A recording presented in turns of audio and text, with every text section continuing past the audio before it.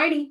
Welcome, everyone. Thank you so much for joining us this evening. We apologize for being a little bit later than normal, but that's because of some scheduling conflicts. We're going to be a little bit later than normal for a couple of months, but that's okay. We'll all get used to it. We think that this is an important topic, and we want to make sure that we're spreading the word. Now, as you can see, poor Katie is not feeling very well this evening, and Myra and I just feel absolutely terrible for her. So she has asked her and I, Myra and I, to kind of lead the charge with today's live stream because it's an important topic, and the last thing that we want to do is leave you guys hanging. And so poor Katie is going to go get some rest, and we're going to have a little bit of a conversation. And Myra has a really great topic that we're going to discuss today. So before we do that, I just wanted to pop in and say hello to everybody here in chat. Looks like we still got quite a few coming in, so we'll give them a couple of minutes to pop in, and we'll get back over to chat in just a minute. But good evening, Myra. How are you feeling this evening? Feel grand. I put on lipstick and everything. So, I know yay. when the camera popped on, I'm like, oh, you look so pretty Oh, today. thank you. Thank you so much. So I'm not real sure why, but my chat on my phone is not showing me anything. It says this can't be played in the background, and I don't understand why. Um, But it's a day of fun stuff happening tonight. well, evidently. I do So, have chat here. I don't see anybody in chat yet, so I'm encouraging everybody to go ahead and say hello. Let us know you're here. Tell us how you're doing, how your week's been going. In the meantime, Myra, why don't you tell everybody what we're going to be talking about tonight? hey, so I really don't want to just tell you what we're talking about. Is there, do we have viewers? Are there people on here? Hang on, I'm Right looking. now, it says there are a couple of people watching. Grand. Okay. So one is valuable and of worth, and we're ready to go. So before I tell you the title of what we're going to talk about tonight, I do want to say my name is Myra. I am a professional social worker, a licensed clinical social worker. I am not here as anyone's therapist. It's important that this is a safe space for everyone. Please know that if you say you're going to hurt yourself or hurt someone else, I will take it very seriously and will do my best to offer you the support and help that you need. So, with that disclaimer said, I want to throw out a few words. And I want you to tell me what you think about when you hear, now these are actually, I think the word is antonyms. These are the opposite of what we're going to be talking about. I want to throw out a few words and all right, wait a minute. What have I Somebody's done? got a technical issue. That's all right. Still don't see anybody in chat yet, but that's okay. Maybe they're just slow to roll in here. It is later than normal, and so a lot of people might be having, especially here in the States, it's about dinner time, so there might be quite a few that are still sitting down for dinner, so they might pop in a little bit later, and that's okay. So yesterday was Valentine's Day, and Yes. that is usually a day where if you're in a coupleship or a relationship that, you do something nice for your other partner. But what about if you've chosen not to be in a relationship or you find yourself not in one, you Mm. know? I think that it can be a very hard day for some people, and it can stir up feelings, dependency, reliance on others, helplessness, inadequacy, Mm-hmm. weakness, Yeah, and Beverly's those are, here with us. Good evening, Beverly. hi, Bev, Early. So all of these are antonyms for what our topic is today. And our topic today is self-sufficiency. Now, Ooh, I like that. I happen to be a person of faith, and those of you that have watched these lives in the past know that I am. I don't push it on you. It's my source of strength. It's my grounding. And we need to be self-sufficient in and of ourselves. For me, that has the foundation of my relationship with God.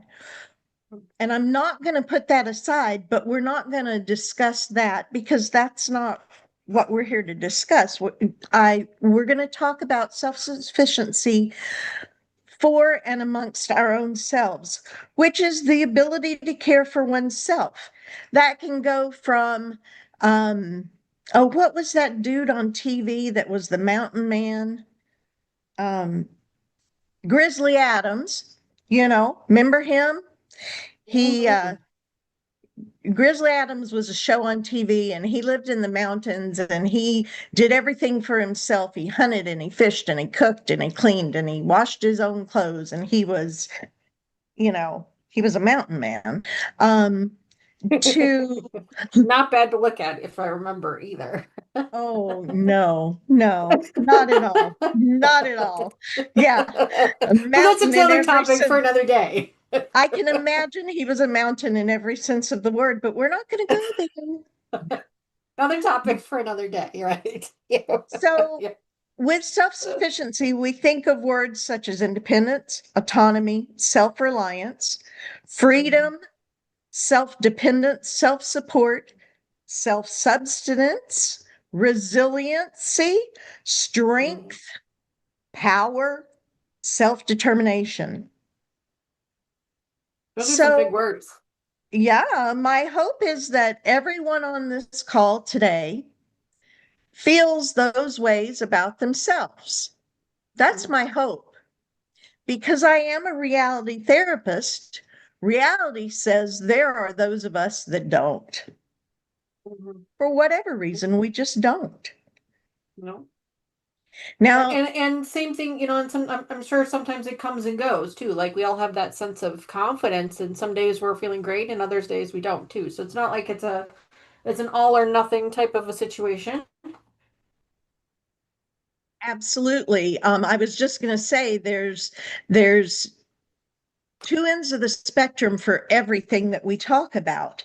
There's self-sufficiency, that healthy place in the middle, and I'm not going to say normal. I'm going to say that healthy place in the middle, okay? And then there's self-sufficiency that is so extreme that it's self-sabotage. Mhm. Um, it can be so extreme that it becomes like I said, self sabotage that leads to isolation and burnout. And men are especially prone to hyper independence. Mm. And that's because of most cultures and societies' expectations and learned beliefs, I think. Now, I could be wrong. I've been wrong in the past, but I think probably I'm not this time. Um, Well, and then it can go to the other end of the spectrum where self-doubt just paralyzes you. Yeah. Mhm. Yes. I think we've all experienced that at one point or another. Absolutely. Um, we need to take pride in ourselves and when we are feeling self-sufficient. And confidence and good self-esteem is a very healthy place to be. Hmm. I've only known a couple people in my life that really lived in that place, that didn't let anybody's thoughts or comments affect their outer self-esteem, their outward self-esteem. Um, and when I first met these people, I'm thinking of two specifically, I my initial impression, and judge not lest you be judged, but I have to admit my initial impression was arrogancy. They're really full of themselves, they're very arrogant. But in fact, for Hey these two Cherry, welcome back people, to the channel. hi, we're talking about self-sufficiency today.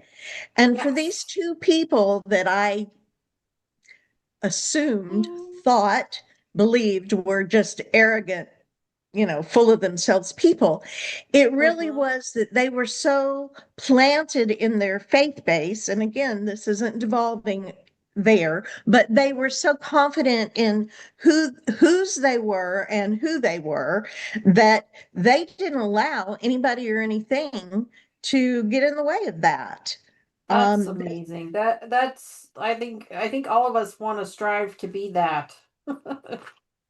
right? And the more I got to know them, the more I realized that it wasn't arrogance whatsoever. They were quite humble people. But until I got to know them, it came off to me as arrogancy. It just did. I'm a human being, and that's what it looked like to me. Now, how did they get Andrea, to good that? evening. Amanda, also good evening. Welcome. Katie is not feeling well today, but we thought that today's topic was just as important as any other topic. So Katie has asked Myra and I to take the lead on that. You guys remember me? I'm Danny from So Not an I'm Expert, and of course Myra, our resident expert. She is the expert. um, Poor Katie is not feeling well, so she's in chat with us. She's joining us through chat, but she's not feeling well, so hopefully she's joining us from her bed, getting some rest. So, but we're talking about resilience and confidence and making and loving yourself basically is I think a good way to put it. But Myra is helping us along with that. So welcome, ladies. Thank y'all for being here. I hope you Yes. had a nice day yesterday. Part of the reason for taking this track today is because there were some people that probably didn't have good days yesterday, and that may have affected their mental health status, their Yeah. mood, or, it may have put them in a downward spiral. And we don't want anybody to be there. No. No, we Long don't. term, on Right. occasion, it is normal. It is not particularly healthy to stay there. But so we're talking about self sufficiency. And we know intuitively that social connections are so important. They're essential to each and every one of us. But what happens when either by choice or by circumstance, you're isolated? Then you yourself and well, me, myself, and I don't know how to do that with you, yourself, and y'all. I don't know. Anyway, um, yeah, Yourself and y'all. I some love expert, that. some expert I am, right? Right. So, yeah, but my points are good, even if I don't know how to get it out my mouth, y'all. Hang with me here. Words are hard. Words are hard. We just know that social isolation isn't healthy for us for a long, long time. And that can happen because of our mental health issues. That can happen because of our self-esteem issues. That can be happen because somebody just walked out and said they were done through no fault of Yep. your own, or whatever the circumstance is. Or they could have gone on before you and are no longer physically in this realm. Yeah. And it's hard to get a hug from somebody not physically in this realm. Real hard. It is difficult. Yeah. And we all need hugs. We all need physical, Yep. emotional touch and communication. Um, Mhm. so when Katie said that we needed to think of a topic, and I thought about how yesterday being Valentine's Day, and I went to a dance with my husband, but I sat at a table with singles. My actual grandson, 16-year-old grandson, and his girlfriend went with us. It was so cool. I That was is shocked neat. when they said they would go because they're high schoolers, and everybody in there could have been their grandparent or more. But I Yeah. think they had a really good time. But so there were the Good. two of us couples, and then there were a bunch of other single ladies and single men in the room and other couples as well. And I just got to thinking about this topic and I did a little bit of research. And so I'm pulling a lot of this from a Psychology Today blog and article about the Mm, paradox of strength and when does self-sufficiency become self-sabotage. yeah, good point. Good point. When does that happen? So, meta analytic review found that both actual and perceived socialization are associated with increased risks of early mortality. Hello. Comparative to smoking and obesity. Oh, Let me say that again. Comparative, being able to be compared to smoking and obesity. wow. That's And we powerful. know that smoking and obesity really do cut down on the years of your life. Yes, they do. Social isolation can and does do the same. Wow. And so, despite this scientific data, many people, especially those men or type A ladies, continue to push through life with the belief that they must handle everything on their own. Oh, me woman, hear me roar. Well, yeah, that works for a while, maybe. I don't think self-sufficiency has to come at the cost of connection. Mm, I think the ability to rely on others when you need to is a skill that you can nurture, and it can help foster resiliency and emotional stability and a stronger sense of self. I agree. Yeah, I agree 100%. Happy So Love, good evening. Welcome back. So great to see you.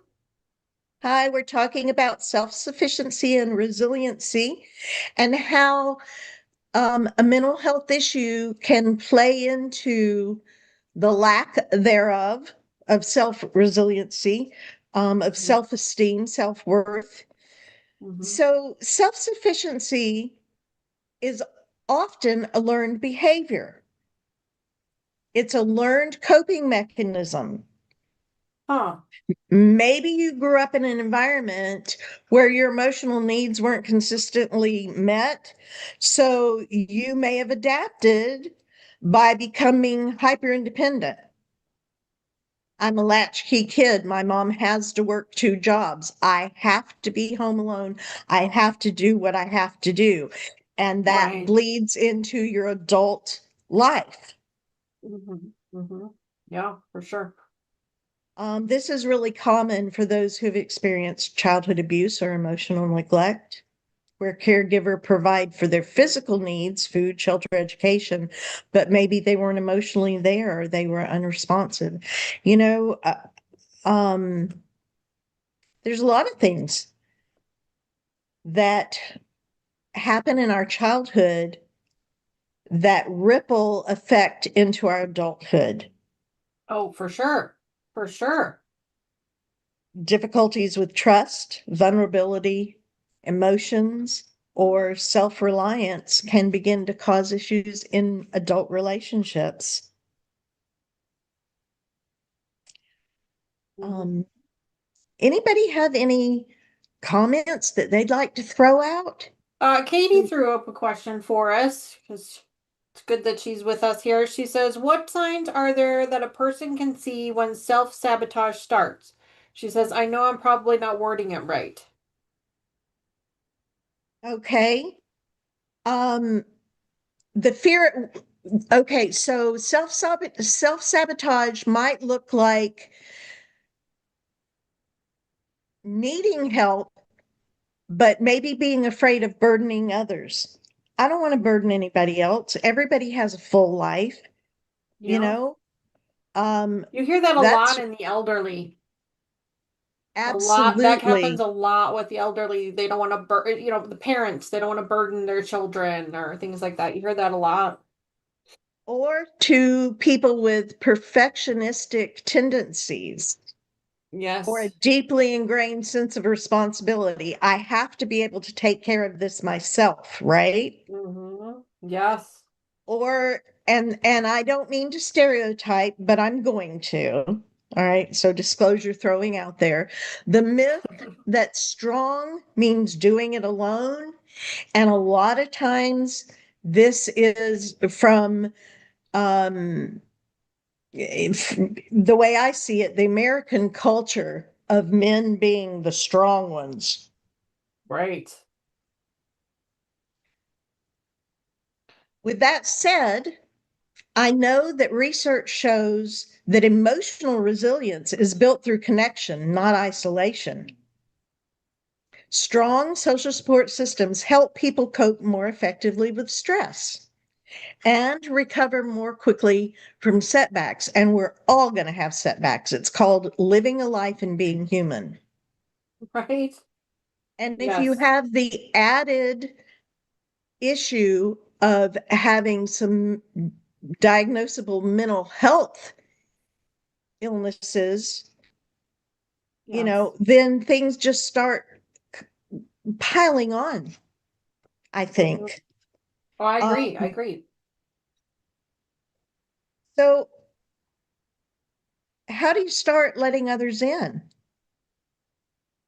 If Yeah, I maybe agree. you recognize yourself in this, what do you do? hmm Happy So Love says it's important to surround yourself with the right people. This is true. Sometimes you aren't given a choice, though. Sometimes, unfortunately, in our lives, there are some people that come into our lives that we don't have a choice about. So I agree with surrounding yourself with the right people. And don't be afraid to distance yourself from people that you might think are that you're forced to be around. You just have the choice to distance yourself from them. I have a friend right now that is in a situation with a friend that I don't know that is in a very abusive, toxic relationship, but she Oh. refuses to leave the relationship. She refuses to do anything that anybody is trying to help her do, as many people do because they get stuck.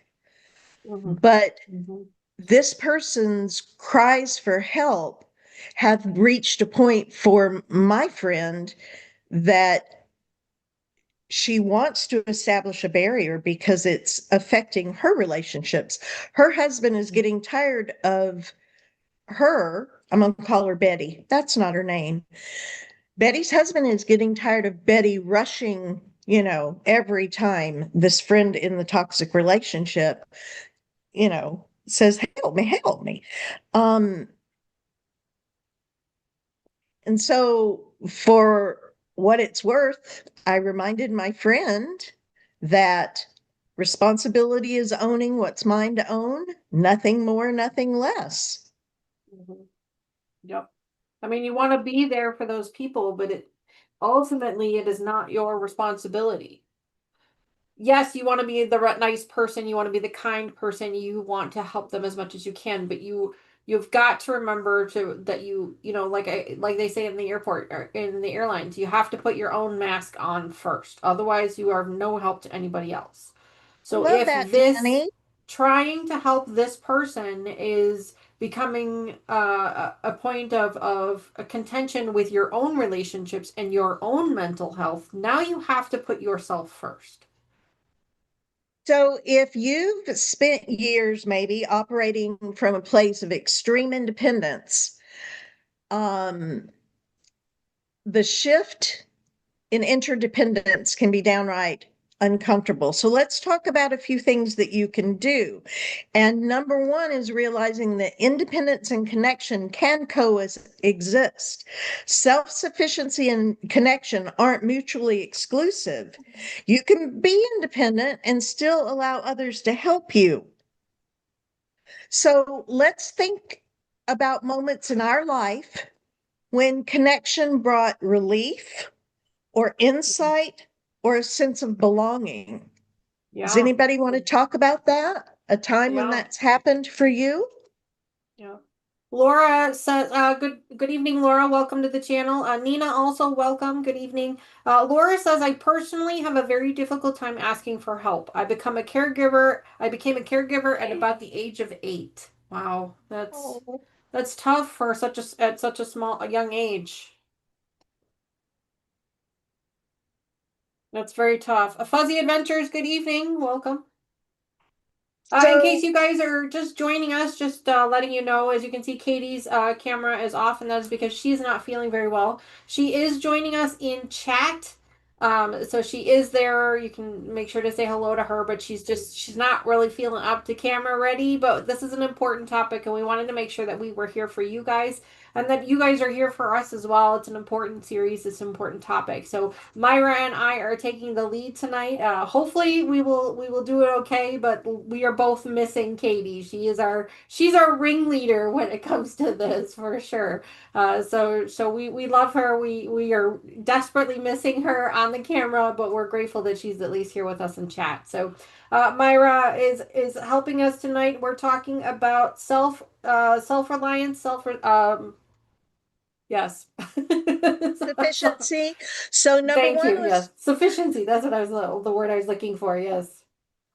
number one was recognizing that independence and connection can coexist. Number two and number three are huge. Number two says start with low stakes. So if asking for help feels daunting, begin with a small everyday situation.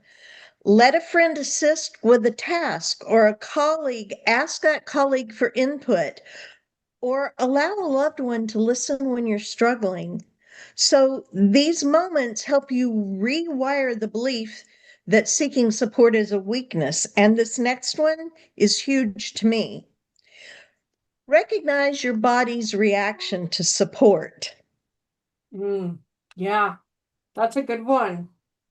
If accepting support feels uncomfortable, pay attention to how your body reacts.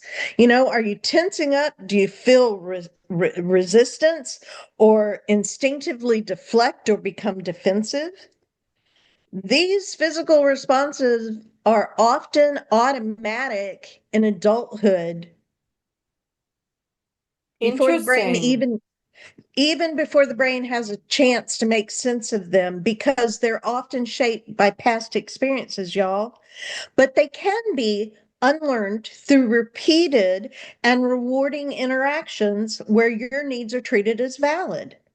Okay, here's a plug, but not for me, because I am not technically in private practice, so this isn't a plug for me.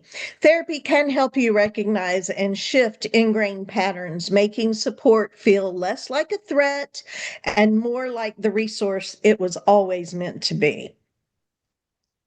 Sorry, had to put that out there because it is what it is, and I am who I am. So, reframing. Oh, y'all, when I went to school to be a social worker, to get my degree in social work, I absolutely loved the bachelor and master's program because it taught me these real professional words for things that I'd been doing my whole life. Because I think I was born a social worker, therapist, counselor. I really do. I believe that's what God called me into, not pushing my thought and faith base on y'all. But so there's a word called reframing. And I'd been doing that my whole life with my friends, even in elementary school. I'd say, but wait, let's look at this through another lens. So Yeah, then rather than seeing help as a failure, consider it a gift to yourself and others. Helping others fosters a sense of purpose and well being. Don't rob your friend of the blessing that they will get by helping you. that's a good way to put it. That's a really great way to spin it for yourself. Is to allow yourself to give that gift to somebody else. Especially when you're asking for help. A lot of us feel that as a very selfish act, and we're giving people, we're not receiving people, and so spinning that perspective and saying that you're giving this person the ability to be able, or allowing this person the ability to be able to help you is a great way to spin that perspective so that you can still accept it. That's a great one. I really like that. That I might actually have to use that one myself. So you're just allowing them the opportunity to be valued and connected themselves. Yeah, Whoa. So, letting that is others big. in doesn't mean giving up independence. It means understanding that resilience is built through both self-reliance and meaningful support. You're still the boss of you. Mhm. You have the power to regulate the boundaries that you set on how much you're going to let them in and how much you're going to let them do. So it's not like you've just wilted and given over to somebody. Right. It's like, okay, at that dance that I went to last night, the woman that was in charge of the dance, and it was a fundraiser for a women's organization I'm in that works with the Shriners Hospitals for Children. So it was a Awesome. fundraiser for the children. But the woman that was in charge of the dance, now she is organized and she is good at a lot of things, but decorating is not her forte. So a couple of months ago, she said, we're going to have this dance. It's a fundraiser, but I need a decorations chair because that's not what I do. Will somebody please step up and be my decorations chair? And somebody raised their hand. It wasn't me, but I was there at 10 o'clock yesterday morning to take whatever direction they gave me, to help decorate. But the thing is you're not giving up your strength and your independence. You're recognizing your strengths and letting other people shine in their strength. Absolutely. I do a lot of training at my corporate job, and one of the first things that I tell all of my new hires is asking for help is not a weakness, it's a strength. It is having the courage to say that I'm not sure what I'm doing here and I need help. So I encourage them every single time, and it's the first thing I tell them when they start. I continue to encourage them, ask questions. It's okay that you don't know the answers. I don't expect you to know the answers. I expect you to ask questions. I mean, obviously, that's a little bit different in this case, but it still applies. Asking for help Absolutely. is not a weakness, it's a strength. So, true self sufficiency is about building the kind of relationship with yourself and others that allows you to thrive, to be healthy. When you open yourself up to support, you don't lose your strength, you amplify it. Now, as I said, this came from a wonderful blog post by Lauren Palumbo, who is a licensed mental health counselor. And, she's talking about the paradox of strength, that independence should empower you and not isolate you. And I just, you know, I, I give her all the credit and the kudos because basically everything I've drawn comes from her. So this isn't from me today, it's from Lauren Palumbo. And I appreciate the blog that she put out that was published by Psychology Today, because I think it really, really gives a lot of food for thought.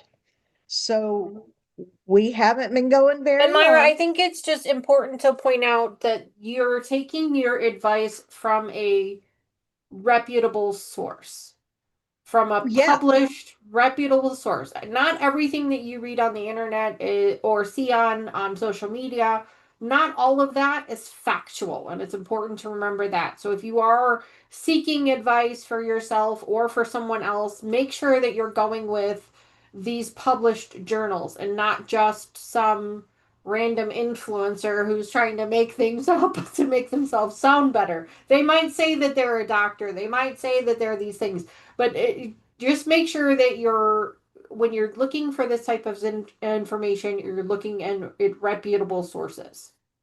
in this article, she gives references of where, she pulled from all of this, and nobody recreates the book, folks. Nobody does. We all use other people's thoughts and ideas and regurgitate them with our own lived experience and with our own education and knowledge and training. And so, I don't feel like I'm plagiarizing this wonderful woman's article. I'm giving her all the kudos, but she just made some really, really good points. And as I was writing down today to think about this, because usually, Katie leads and I just chime in a little bit, but if you give me a ball, I'm going to run with it. Sorry. Uh, and that's kind of what I did. Um, We're more than welcome to. but uh, I had a topic picked up as a last minute ditch effort. what's that? My topic was on the because it's something that was relatable to what I'm kind of dealing with right now, and it was the difference between stress and burnout. Ooh, that's really good too. Before we get into that, because I would love to get into that, um, does anybody have any more questions about the topic that I brought up? Yeah, I'm just scrolling through Comment. chat here real quick. Let's see. Laura said, I became a caregiver because my mom was an alcoholic and I had to take care of my siblings. My father asked me to watch my mom and make sure she didn't drink during the day. That is not a responsibility that should have been put on a child, and I'm sorry that that has happened. That someone did that. I'm truly sorry, but at the same time, I hope that it taught you strength and it taught you resilience, and hopefully you've been able to overcome some of those traumas from that time frame. Katie, it made me who I am. I've made peace with it for the most part. I'm very independent. The only person I can count on always is my husband, and he had a similar situation. And that, I firmly believe that there are people put on this earth that are there for us. And I think that person, that your husband was put there for you. So that's great that you both share that bond. Sorry, still scrolling through chat. Hi, PM. Welcome to the channel. It's so great to see you. Deb, also welcome. It's so great to see you as well. Um, Laura says our life experiences impact how we interpret things. 100%. Yeah, I agree with you. 100%.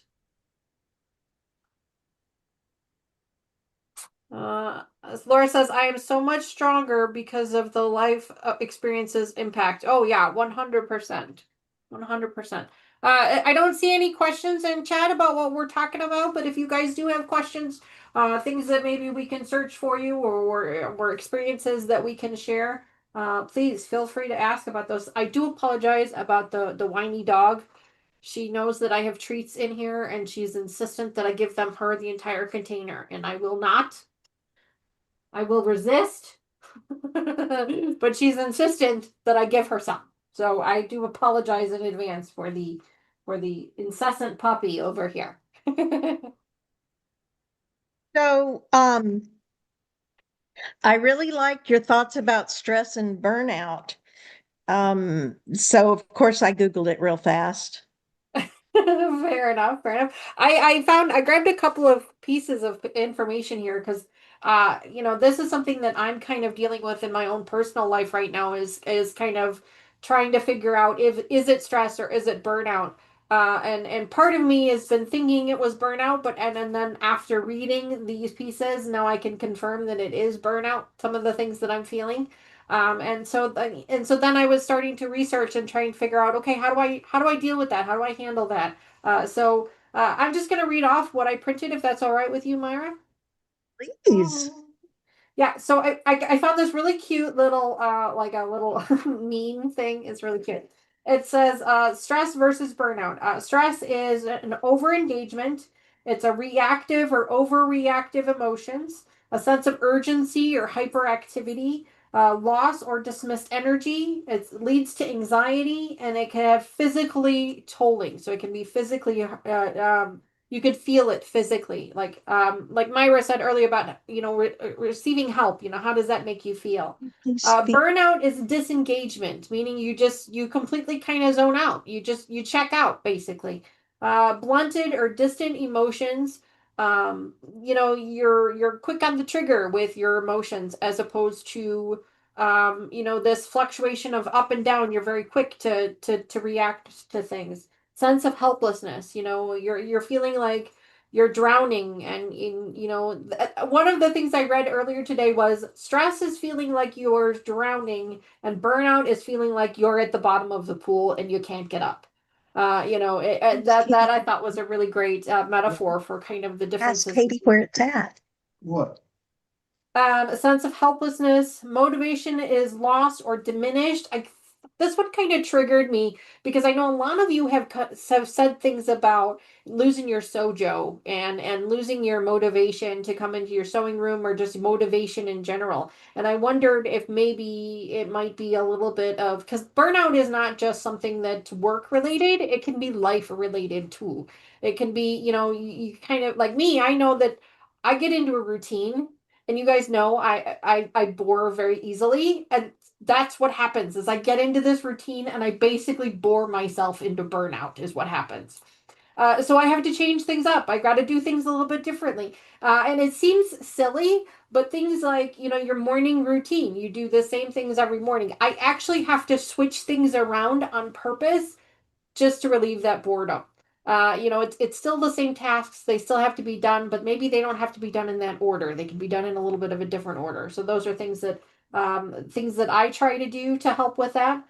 Leads to a feeling of depression and be feeling depressed, and then emotionally tolling. So those are kind of the two differences between a stress and a burnout. Stress is typically more of a temporary thing. It's more situational based. Once that situation is done, then hopefully the stress is relieved a little bit. Whereas burnout is more continuous. It's not one specific thing that's causing it. It's kind of all encompassing. Everything is affected by it, and you feel like everything is affected by it. The lack of motivation, it's not just lack of motivation to sew, it's lack of motivation to get up off the couch and go take a shower, or get up, go into the kitchen and make yourself something to eat. Or that's the difference between stress and burnout. As far as I'm understanding it. No, again, not the expert here. I did No, a little bit of research, and that's yeah, all I and know. no, you got it perfectly, absolutely perfect. Um, in another way to put it is stress is your response to demands that exceed your capacity to cope. Christmas is a wonderful time of the year for a lot of people. They love to Yes, decorate, but it's stressful getting all the boxes down, but yes. it's cyclic. Yeah. Mm. Okay. But burnout is a state of emotional and or physical and or mental exhaustion caused by prolonged stress. Hmm.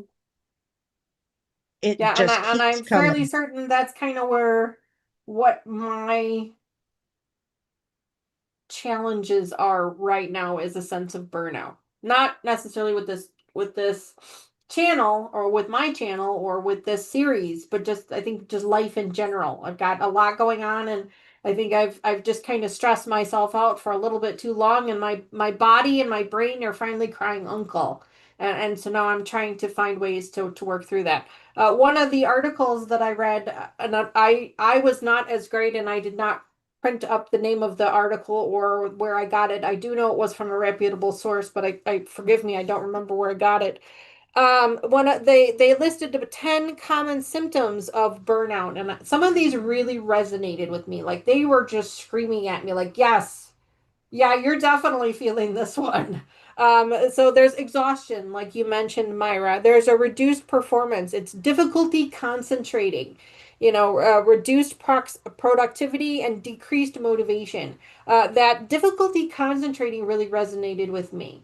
Because I'm like, how many times do we, I mean, obviously there's ADD and those things, but, you know, veering your thoughts, veering off every which way and every which direction because you're having difficulty concentrating because you just have so many things in your brain. Cynicism and detachment, a feeling of being detached from work and from colleagues, and a sense of negativity or cynicism towards work. So waking up every day and saying, I really don't want to go there. I don't want to do this. I love my job, but I don't want to go there every day anymore. I don't want to go there. I don't want to be there. I don't want to do these things. Maybe, you have a YouTube channel and you don't want to turn the camera on anymore. I don't want to do it. I don't want to go and chat. I don't want to, though that's, your detachment. Emotional distress, feeling anxious, irritable, or sad and experiencing mood swings. You guys remember a couple months back, I told you that one of the symptoms that I was experiencing, and one of the reasons that I started talking to my doctor again, was because of my mood swings. I was feeling angry all of the time for no reason, really. No real reason. This might be part of that, I think. Insomnia, I've always had insomnia. So difficulty sleeping or staying asleep or waking up feeling unrefreshed. That's a common one. Loss of satisfaction, feeling like your work is not fulfilling, and losing satisfaction or enjoyment from the work that you used to enjoy. Now, this is work, not necessarily corporate job work. This could be right here in your sewing room. It could be in your kitchen. Maybe you love cooking and all of a sudden cooking is not bringing you joy anymore. Maybe spending time with your family is, obviously we all have our moments that we don't want to be with our family, but maybe that's not bringing you joy these days. These are all warning signs. These are red flags that you should try to identify these. Are these things resonating with you? And maybe this is something that might help. Increased absenteeism. This one struck me. Taking more sick days or time off work than usual or finding excuses to avoid work. Not so much with work for me, but just social interactions in general. Finding Isolating. excuses. Yes, exactly. Yeah, that really resonated with me. I'm like, okay, yeah, that one I can see. And neglecting personal needs. Like I mentioned before, not wanting to get up to go get in the shower, not wanting to brush your teeth, not wanting to brush your hair, things like that. Those are all things that are, personal needs such as exercise, hobbies, socialization, and focusing solely on work. Those can be some symptoms that you might be experiencing with either a work or life burnout type of situation. Yeah. So Myra, what would you recommend as a professional? I have a list here of some of the things that this particular article recommended, but I want to hear kind of from you because I'm going to trust your words a lot more than I'm going to trust anything on a piece of paper.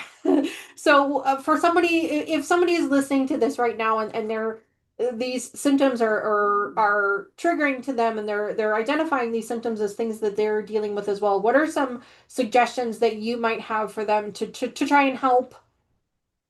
I don't want to say cope because that sounds like a negative word, but to try and help work through these things in a healthy way. I mean, obviously there's, talk to your doctor, reach out for help, things like that. But what are some other things that you might recommend?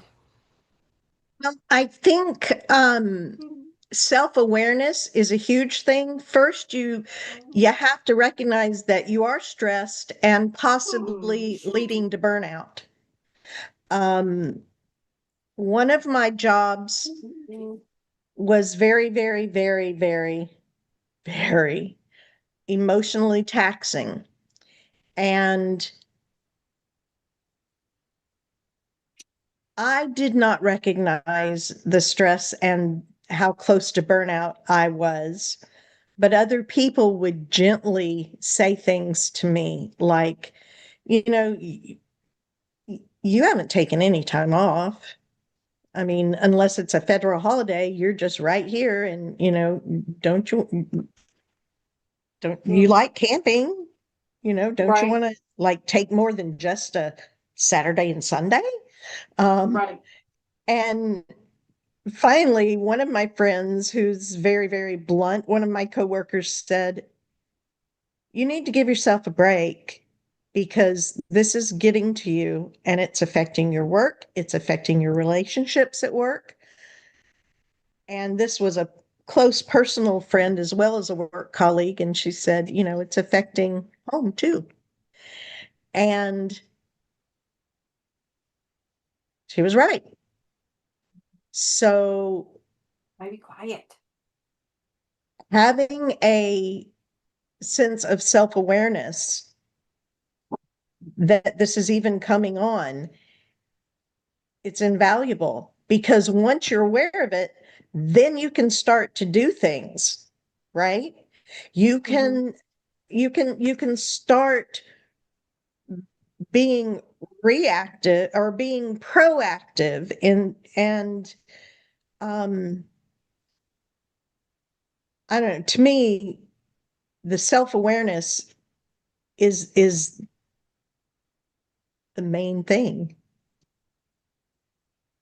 you know, because I was floating down the road working as hard as I could, just thinking, I got to work, I got to work, I got to work, I got to do this, I got to do this, I got to do this. But it was taking its toll. And the fact of the matter is, nobody is the end all and the be all. And I don't care what your profession or your job is.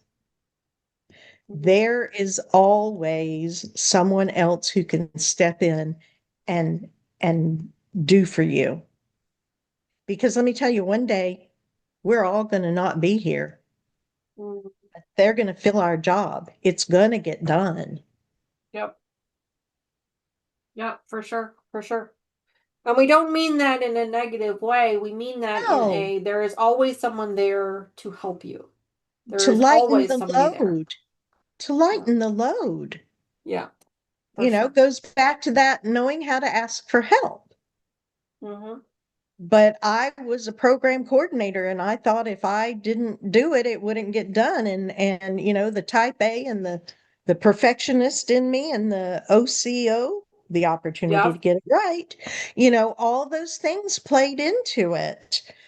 And just because I'm a counselor and a therapist, I can't cancel myself, you know? I Right. mean, hello? We probably don't recommend that either. Well, no, absolutely not. No. A couple people are chatting here. Let me just hop into Okay. chat real quick and grab some chats here. I've got oh, sorry, Shonda, welcome to the channel. Thanks so much for being here. I appreciate that. Feral Quilters is here as well. Uh, Rita, good evening as well. She says, Under the Needle says, I think I have burnout and I think it's menopausal. Pam says, my long-term stress turned into burnout, then losing my job turned it into a major depression, and now I'm seeing a therapist and now also in a grief group because I need to grieve my lost career. Pam, I think that's fantastic, and I commend you on your courage to take those steps to better yourself and to make yourself healthy again. I that is sometimes it is hard for us I mean maybe as women, I know it's myself, it is hard for us, like we just mentioned before, it's hard for us to admit we need help, whether that be physical help, whether that be emotional help, whether that be mental help. It can be difficult for us. So I just wanted to take a quick second and commend you on your courage to do that, because I know how difficult that can be, and I think it's going to be. I think that you will benefit from it in the end, as long as you keep an open mind and you allow it time to take the process it needs. I think that that's going to work out for you very well. I'm very hopeful for you. Um, Under the Needle says, Pam, that sounds incredibly familiar. Laura says, I'm currently working through burnout. Last year was rough health-wise, and I was so stressed because of it that I've had a difficult time getting back to my previous routine. Maybe, Laura, you don't need to go back to your previous routine. Start a new one. Maybe try a different one instead. Rather than trying to go back, maybe try going forward with something different. Maybe. I hesitate to give anyone advice because I'm not an expert in any of this.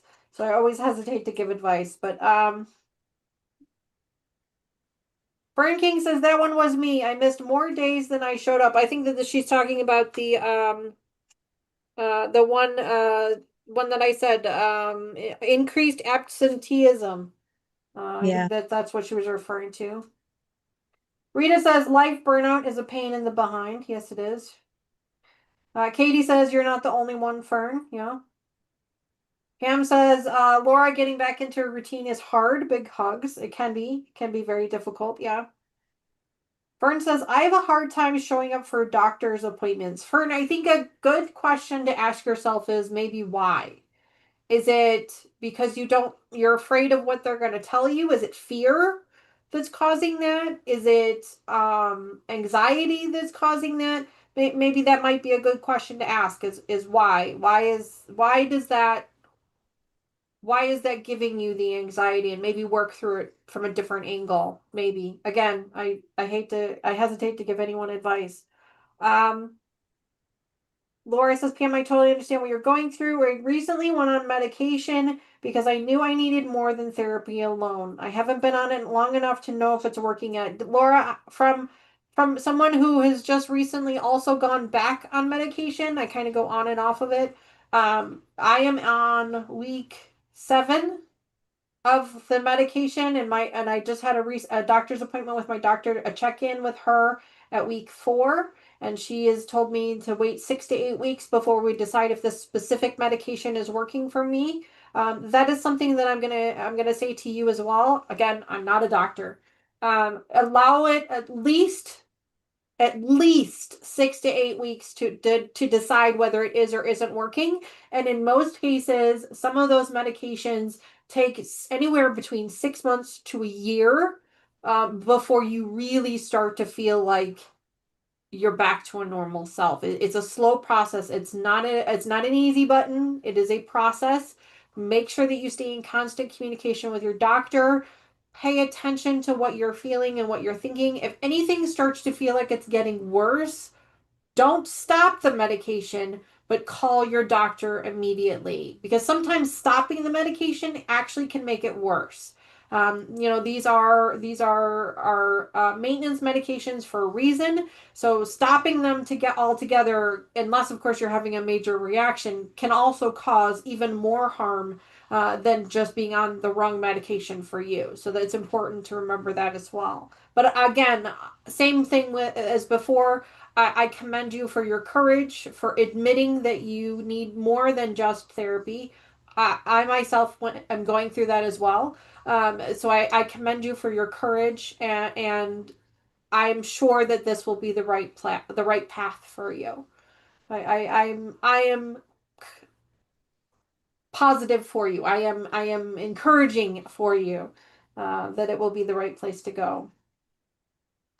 Laura says, Pam, we will weather this storm too. I try to remain optimistic as always. I'm so trying, Myra, I am trying my best to embrace my inner Myra when I get too overwhelmed with things and remember the attitude of gratitude. I'm trying my best. I don't always do it. I'm still very much a work in progress, but I have been trying to recognize when that is happening, and trying to flip that switch of attitude of gratitude, because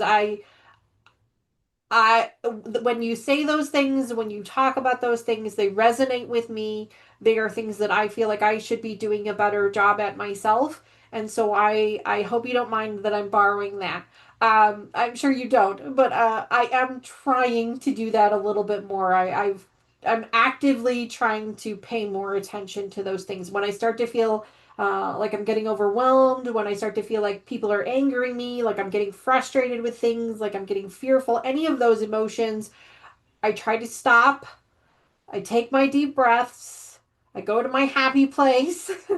And then I start to think about the attitude of gratitude, like you've been trying to teach us here. I've been trying to, I'm thankful for this job. I'm thankful for this paycheck every week. I'm thankful that I'm able to put food on the table for my family and things like that. And it does help. Yes, it takes a long time to get there sometimes. Yes, I don't always go there, but I am trying, and I encourage everyone else to do the same because speaking from experience, it is helping. It is helping. Made It my is day. working. It is getting there. Yeah. Oh, well, I appreciate that. Thank you. Pam says, Laura, be patient with yourself. It's taken the doctor almost a year to get my meds to where I think they need to be. See, at least a year, 6 months to a year, it can take sometimes. Yeah. Fern said, my doctor put me on vitamin D because of not going outside. I got to go to the door to hold the leash out for my dogs to go potty. I can't seem to take that step outside. Fern, you'll get there, hon. You'll get there. You will But you get get to there. the door. How You get wonderful to you the make it door. to the door. Yeah, exactly. You make Baby it to the door, steps. you're up off the couch, you're making those are steps forward. They're not steps back, they're steps forward. So give yourself that little bit of grace, give yourself that little bit of encouragement and see that you are still accomplishing something. And that Absolutely. motive, that boost of confidence will help you get that much further. For sure. For sure. Under the Needle says the pandemic started it for me, as did most people. Yeah, for sure. I didn't have to go to the office. All the events were canceled. I was no longer expected to show up anywhere, and it started this downward spiral into seclusion. Yeah, yeah, for sure. Yeah. Laura says she's also on the vitamin D, and she says she thinks it's helping.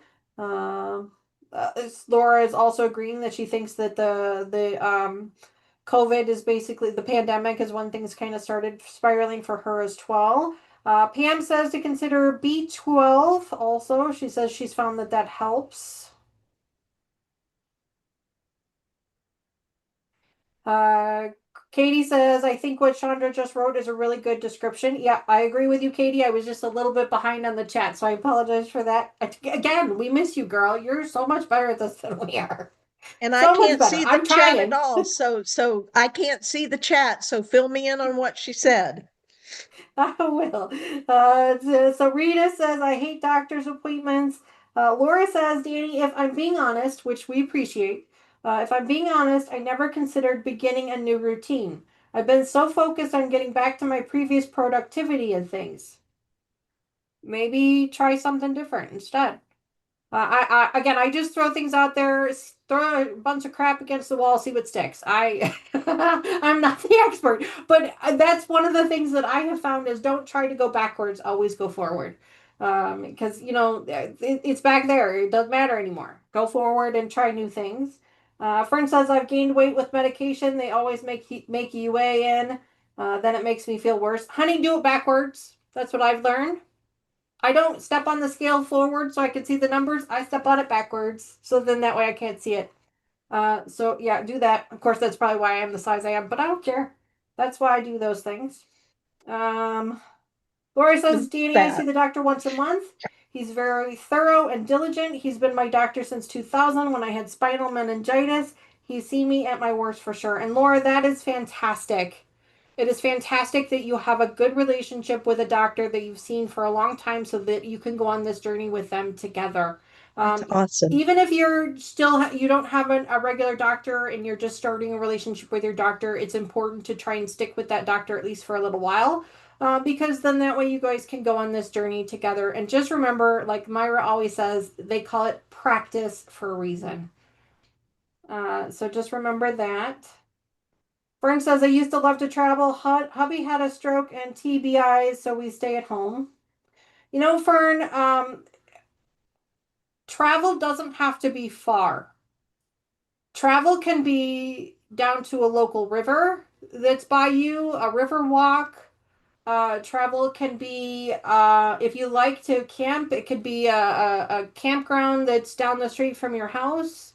It doesn't have to be, it doesn't have to be far away. It doesn't have to be in the next state over. You It can still actually doesn't have to travel. be, it actually doesn't have to even be action or movement. It can be National Geographic on TV, Oh, there you go. It could be a PBS. very visual. Yeah. Yeah, go to Egypt and look at what they're seeing in the pyramids via Yeah. PBS or National Geographic or whatever, whatever Oh, channel. YouTube. I'm sure there's stuff on I mean, YouTube too. YouTube. Oh, yeah, there you go. I mean, Yeah.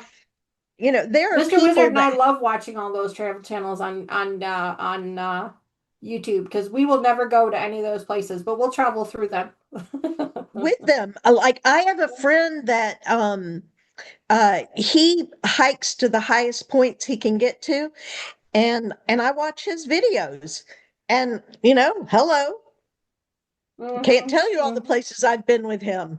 There you go. There you go. So Fern, maybe try that. Remember, again with the attitude of gratitude and changing your perception that, Reframing.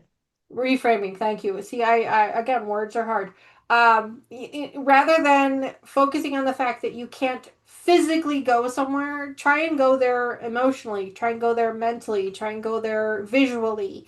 And like I said as well, there are a lot of Experientially. places. Yeah, yeah. There are a lot of places locally that you can go to too. There's, farms that you can travel to or bases of water and things like that that are close to you. I'm sure there's something close by or, maybe an hour away, maybe, but, something similar to that. So just try those things if you're not already doing them, of course. Rita, thank you so much for that kind word. She goes, Danny, you're doing a great job. Honey, I'm trying. Katie is so much better at this than I am, but I am We miss trying. you, I am Katie. true. We really do. We really do. I am trying really hard here. Y'all are doing wonderful. Oh, Katie, thank you, sweetheart. I appreciate that. Really do. Pam says, Katie, Danny, Myra, thank you for this. It's so wonderful to have another safe place to share and open. Oh, Pam, honey, sweetheart, we are always open and honest. Katie is always open and honest on her channel. I am always open and honest on my channel. You will always have a safe space, even if it's not during this particular series. You will always have a safe space. I guaranteed at those two channels. And even if we're not online, or if we're not live at the moment, and you need someone to talk to, or you just need a little bit of a pick me up, honey, reach out. Send us an email, send me a DM on Instagram, send me a message on Facebook, same for Katie, send us an email, whatever you need to Same do. for We me. will, yeah, Myra as well. We will do I don't whatever have we a can. We may channel, not don't want a answer channel. almost instantly, but we will get back to you. We will answer you. We will try and help you work through whatever it is you're going through. Of course, please remember that we are not experts. We are not here to give you medical advice. But we are great listeners, and we've been there. Katie has her experiences with her issues that she, not, I shouldn't say issues, but her experiences that she has, and I have mine, and they're very different. And Myra has her own as well, and all three of us have very different experiences with different things. And so we've all kind of learned from each other, and that's why Myra has been doing just an absolute. She's been a godsend for me this year or in this last year, helping me, Sweet. improve myself and learn from those things. So keep coming back, honey. We're gonna help you with this. We at least we hope to anyway. Um. Let's see. Sorry. I'm still going through chat here. Give me just a second. Rita says life burnout causes. Well, I have not buried anyone in the backyard yet. I mean, the day is still young. Fern says, if I go to visit my sisters, my hubby won't eat or take his meds till I get back. Well, honey, take him with you. There's that.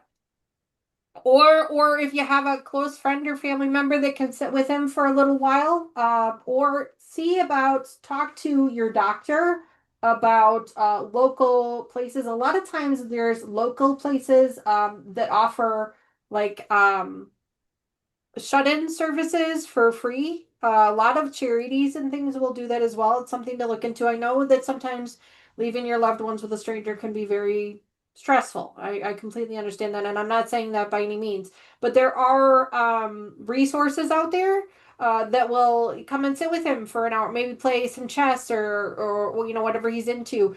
Sit with him for a little while you are able to take care of your family. Don't let that be an excuse. Let that be a challenge that you overcome.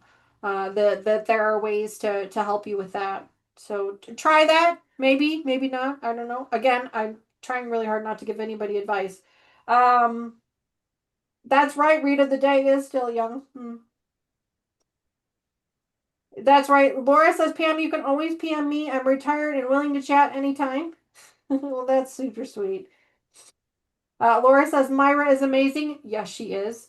And I appreciate her thoughts and comments. That's awesome. Denise, good evening. Welcome back. She says, Hi, Myra. What agencies can caregivers go to get KN home help so a person can get some time to care for themselves? That's exactly what I was just referring to.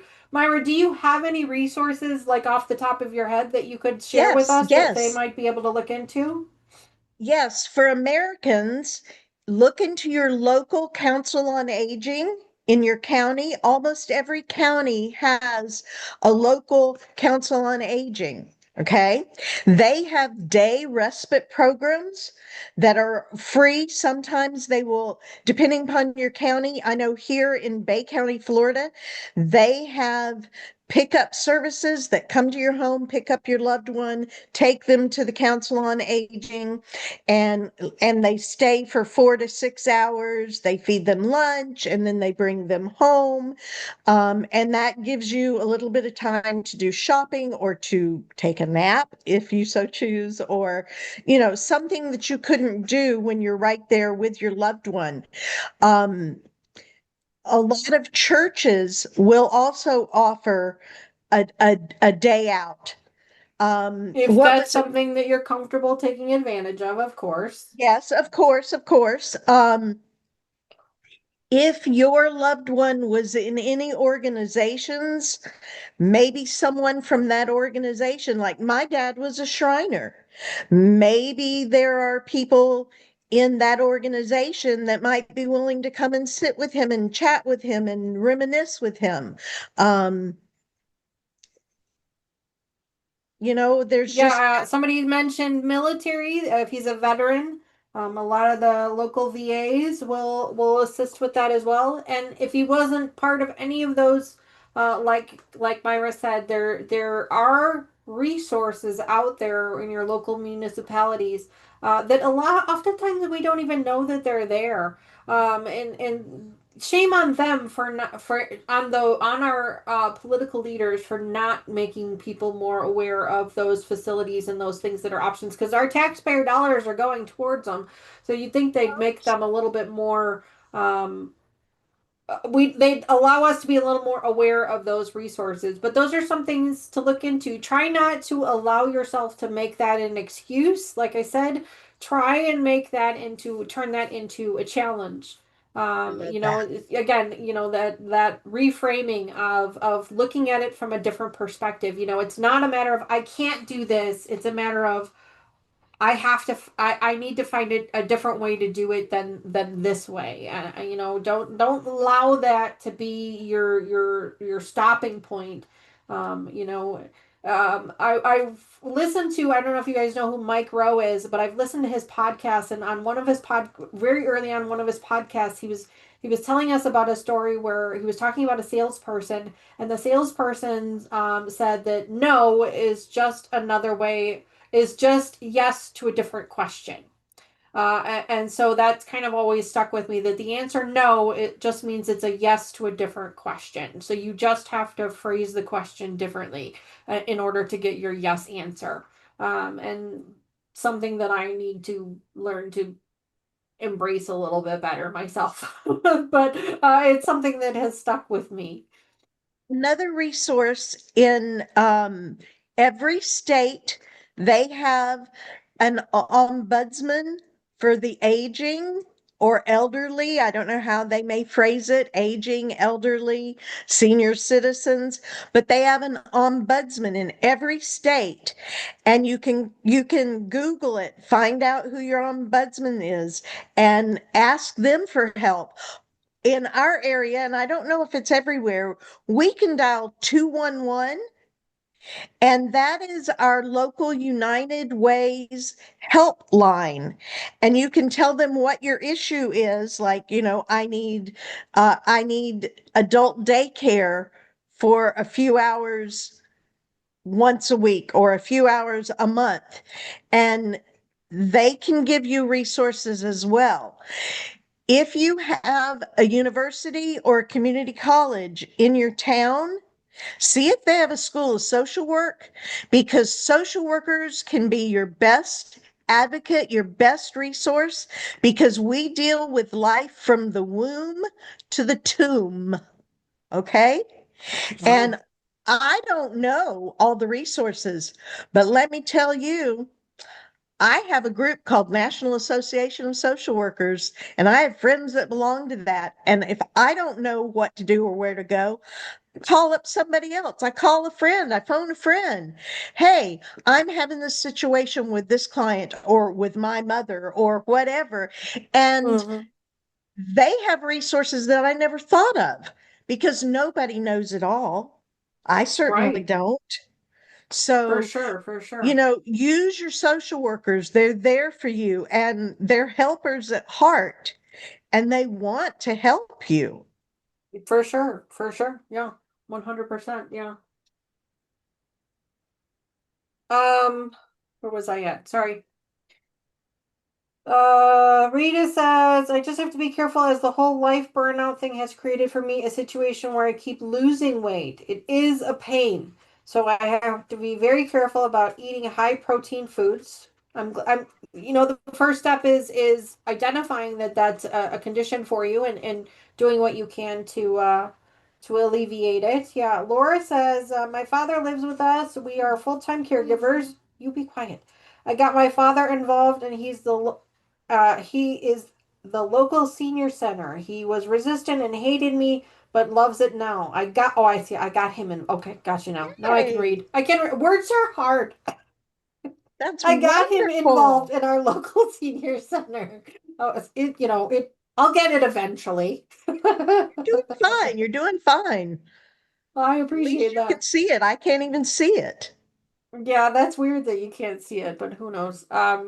It's I do fine on my own channel, but when it comes to somebody else's channel, I'm just completely lost. Uh, there's no other chats here. So I wanted to go through the last page I have here, about the stress and burnout thing. Was there's 10 ways this same article. This was all from the same article. Again, I'm That's mad at great. myself that I It's didn't grab okay. the It's actual article name, okay. so I It's do all right. apologize for No that. worries. But it says there's 10 ways to help reduce stress and burnout. So let me read through those. But of course, the first one we all know. But this one's we all know this one. This one is practice mindfulness. Mindfulness is the practice of being present and fully engaged in the current moment. This can include breathing exercises, meditation, or simply being aware of your thoughts and emotions without judgment.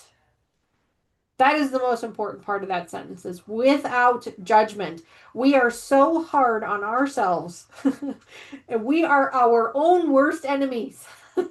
And so it's important that we give ourselves grace and allow ourselves to feel whatever it is that we're feeling. That's a conversation that I just had with Mhm. my daughter recently. She was going through something, and I told her, I said, it is important that you allow yourself to feel whatever you're feeling. Don't block it out. Don't let it run its course, because otherwise it's not going to, and you're not going to be able to move on from it. So you have to Right. allow it to happen. So that is one of the things. One of the other things is exercise. I mean, I've heard this many times. Exercise is a great way to reduce stress and improve your mood. Exercising, I think it's endorphins, isn't it? It releases endorphins in your brain, which is a chemical in your brain that makes you happy. That it's medically proven. It is a science. Movement and exercise. And exercise doesn't not have to be going to the gym or going for a long walk outside. Exercise can be as simple as something in your chair. When you're sitting in your chair, just march your feet, move your arms up and down, stretch, that can be an exercise. At work myself, when I feel like I'm getting a little agitated, you know what I do? This is the silliest thing. I spin around in my chair. I can't spin all the way around in this room, but I can spin around in the chair. That's what I do. It is the silliest thing sometimes because sometimes you can't even get up from your desk because you're like, no, everyone is just pissing me off and I don't want to see anybody. So that's what I do is I just spin around in my chair. But that is exercise. That is movement. So it doesn't have to be. I have to go to a gym or things like It's that. breaking the Remember, status quo. It's exactly. breaking the status quo of where you're at right then. You change it up. That's awesome. Yeah, I it's love it's that. just like we were talking about with routines. It's breaking that routine on purpose, so that you can break the mindset that you're in. Obviously, getting enough sleep is important. I didn't understand this until I was much later in life, but sleep is way more important than we give it credit for, especially at younger ages, Well, it especially in our younger rewires the years. brain. It's like a reset. For those of you who play computer games, a lot of you, when you play computer games, when you go to save your character, a lot of times they'll give you a bed and you got to lay in the bed to sleep to save your character, to reset your character. It's the same thing for us as humans. When you go to sleep, if you get a good night's sleep, you're resetting your body, you're resetting your brain, you're resetting all of your hormones and emotions and everything else. So it is important. I know it seems silly, but it really is important. And it's something that I suffer with. I have been an insomniac since I was a teenager, maybe even longer than that. So it is something that I suffer with as well. But I can tell the difference between a good night's sleep and a bad one. You can tell for sure, for sure. Prioritize self-care. Ooh, this one's hard. This one's hard. Taking care of yourself is essential for preventing burnout. Make time for activities that you enjoy, such as reading, taking a bath, or spending time in nature. Make time for yourself. That there are the key words. We spend, as women, as mothers, we spend so much time thinking about everybody else that we forget to put our own masks on first. And that's not being selfish, that's not being arrogant, that's not being insensitive to everybody else around you. That is ensuring that you are at your prime health to be able to help everybody else. That's how that works, is you have to take care of yourself first in order to be able to take care of everybody else. So that is, I can't say it enough. And I will be the first person to admit that I don't always do it. Do as I say, not as I do. There you go. There For you sure. go. For Words sure. to live by, folks. Right? I actually told the gentleman that I'm training right now, I actually told him that. I said, do as I say, not as I do. Because he thought that was funny. So, anyway, connect with others. Social support is an important factor in reducing stress. What do you think we're doing right now? This is exactly it. Social interaction does not have to be going out and talking to people. It doesn't have to be talking to people on the phone. It can be simply being in chat on a social platform like this, or social media. Social media can have positive. It can be positive. It can also be very negative, but it can have some positivity to it as well. It's just important to make sure that you're filtering out all the negative. Don't let that crap suck you in, basically. Um, Make time to connect with friends and loved ones, or join a support group if you're feeling overwhelmed. There's a lot of support groups, not just for addictions.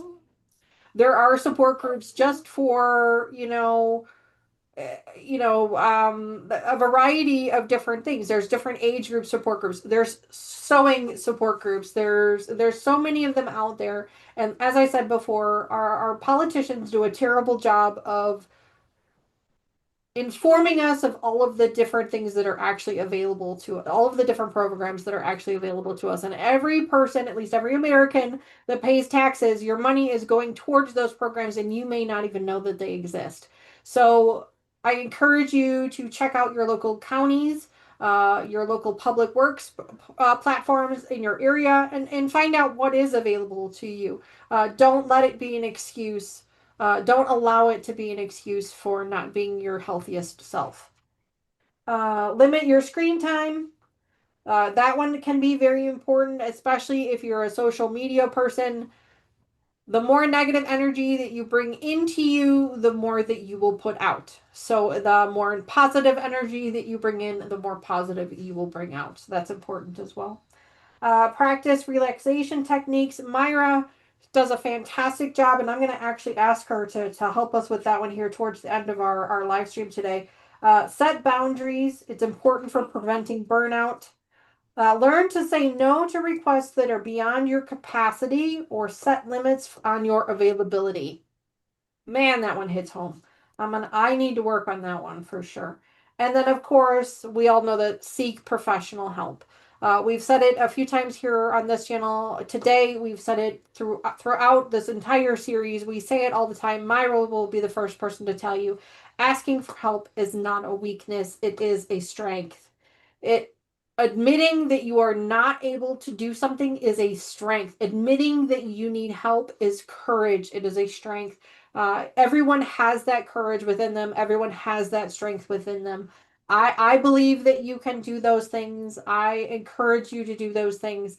If you are trying things and they're not working, ask for help.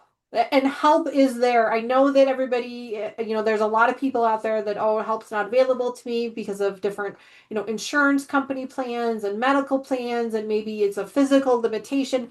There is help out there for you. It may not just be a quick call to a doctor. It may take a little bit of extra effort. I have a coworker whose son does not have insurance. He's aged out of her insurance, and he has a job that doesn't really offer him insurance, and he's going through some addiction issues right now. And there is help out there for those types of people. It did take her a little bit of extra work to get him to the help he needs. But it is there. It is available. Unfortunately, it is a little bit harder to get to, which really just irks me the most because those are usually the ones that need it the most. But it is out there. Be patient. If you think you need help, continue with that thought until you get the help you need. Don't let go of it. Don't let go of it. Don't allow yourself to become discouraged by the process that you might have to follow to get to it. It is out there. And if you are in a position where you are considering hurting yourself or you know someone who is hurting yourself, 911. It's really that simple. 988. Well, 988 as well. 988 for suicide prevention and things like that. 911, 988. Those are always there, no matter what. No matter what, those are always there. So, If you're worried about calling and being put on hold, then just go to an emergency room, go to a fire department, go to a police department, and tell them what you're doing, what you're thinking about, or what someone else is thinking about. There is always help there. Always, it's always there. It just might take a little bit to get it to you, but it is always there, and that's the most important thing. I've ignored the chat for a few minutes, and I do apologize for that. So we need a support program for fabric addiction. Amen, girl. I'm with you. Yeah. I agree. Social interaction can come from the committees like this. Yeah, communities like this. Yes, I see words. They're hard. The Fern, I'm with you. I can do the same thing. That doesn't mean it's right. She says I can stay up for 2 days without sleep, then turn around and sleep for 22 hours. I can do it too, but that doesn't mean it's right. We should have a minimum of 6 to 8 hours of sleep per day, continuous 6 to 8 hours per day if we can get it. Me personally, I am lucky if I get 4, which is not, I know, not healthy, but the new medications that the doctor is putting me on are helping with that as well. So this is all kind of part of that process. So have faith in your medical community. Have a good, honest conversations with your doctor and your health professionals. It is important that you be honest with them. Oftentimes we're embarrassed about some of the feelings and some of the thoughts and things that we're having, or we're thinking that that person's going to judge us, and that's not the case. They're not there to judge you. They're there to help you, but they can't help you if you don't tell them what's wrong. So it's a very, I hear you. It is very important that you be honest with them and honest with yourself. And sometimes that is even harder. And trust me, I know I am with you there. I'm along this journey with you. I've been on this journey for many years, on and off. So this is not my first rodeo. But maybe this will be the one that works the best. Who knows? You know, we're gonna keep an open mind and keep moving forward. Well, We while are, you're looking there, Danny, yes, of some course. of you may not know, or some of you may know. For about a decade, I was a suicide prevention coordinator with a VA hospital. Hmm.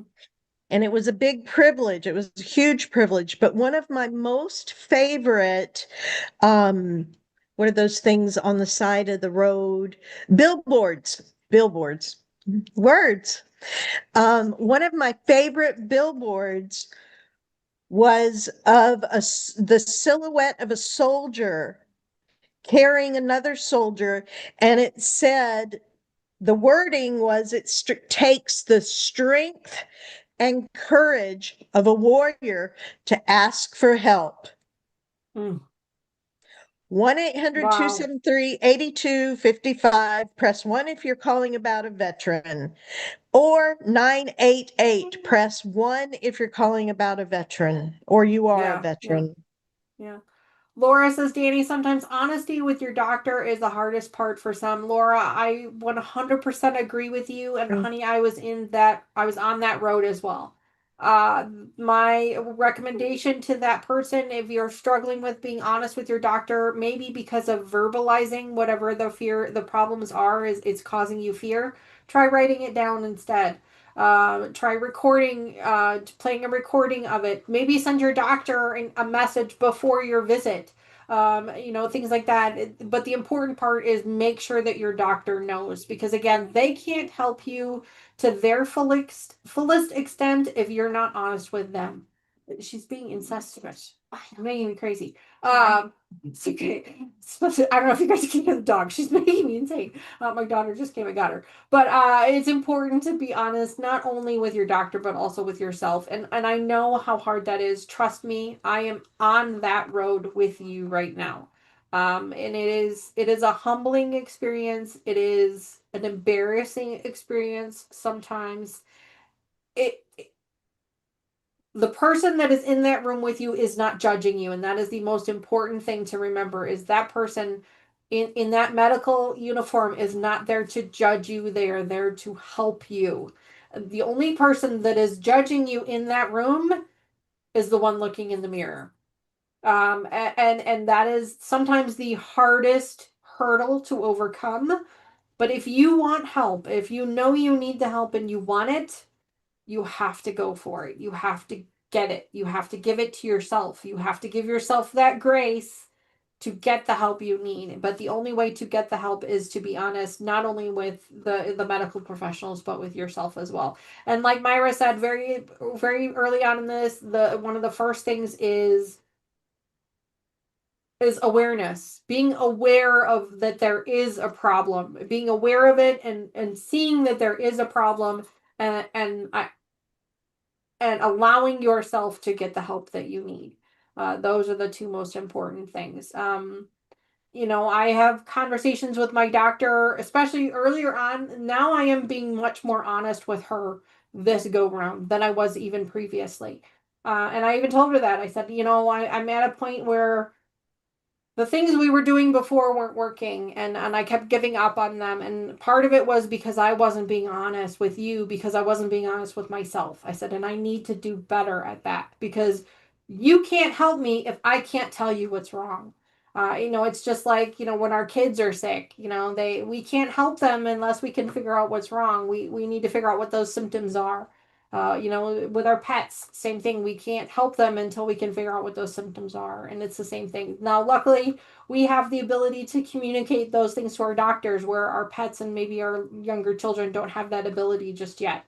And then it becomes a guessing game. So, probably not a great analogy, but you get my point. You're But doing anyway, great, Danny. You're doing I just am great. trying. Katie, we miss you.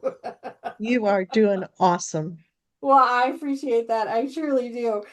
Katie, honey, we miss you terribly. We miss you so much, Katie. She is so much better at articulating this stuff than I am. So much better at it. But we're trying our darndest for sure.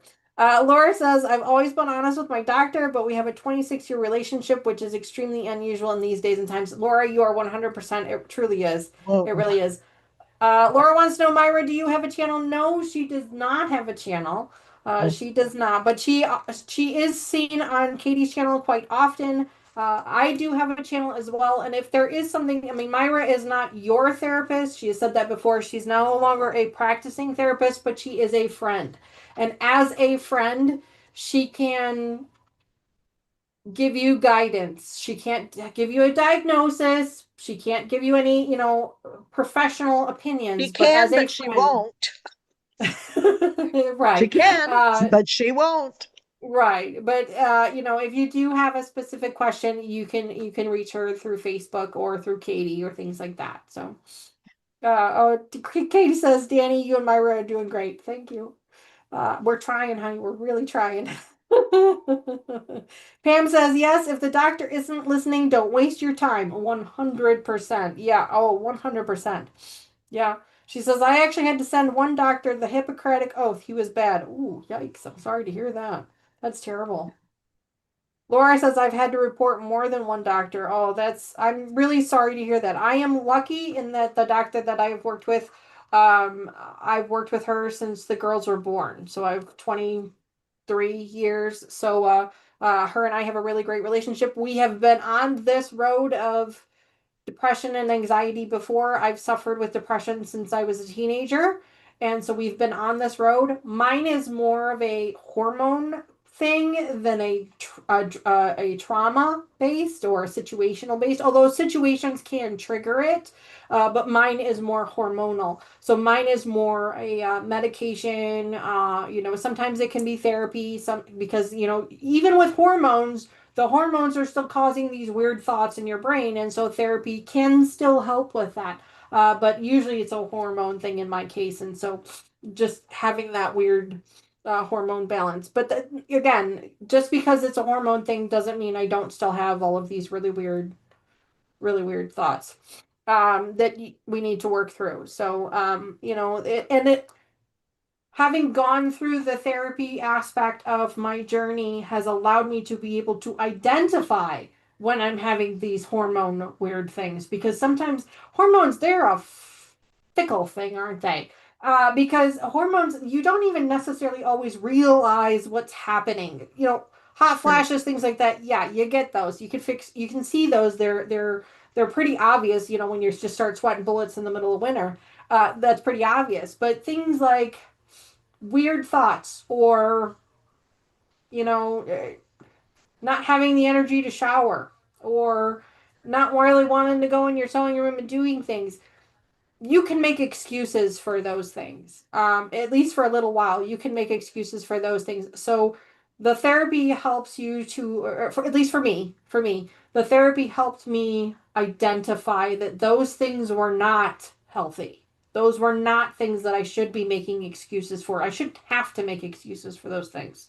Those things are triggers that something Yeah. else is underlining, something else Good is going job. on that I need to be aware of, more self-aware, more mindful of, and get the help I need or try to do different things to help myself. So just because mine is a hormonal based situation does not mean that therapy wasn't helpful. It still was very, very helpful. And so I just wanted to make that clear. Um, Rita says, I just fire doctors. Well, I'm sorry to hear that, Rita. Hopefully, you'll find one that works well for you someday. Raven says, hi, ladies. Sorry I'm late. Honey, don't you worry. Don't you worry. As they say on Princess Diaries, a queen is never late. Everyone else is simply early. Danny, the doctors that I've reported have all been surgeons and botched surgeries. Oh, Laura, I'm really sorry to hear that. I truly am sorry to hear that. Um,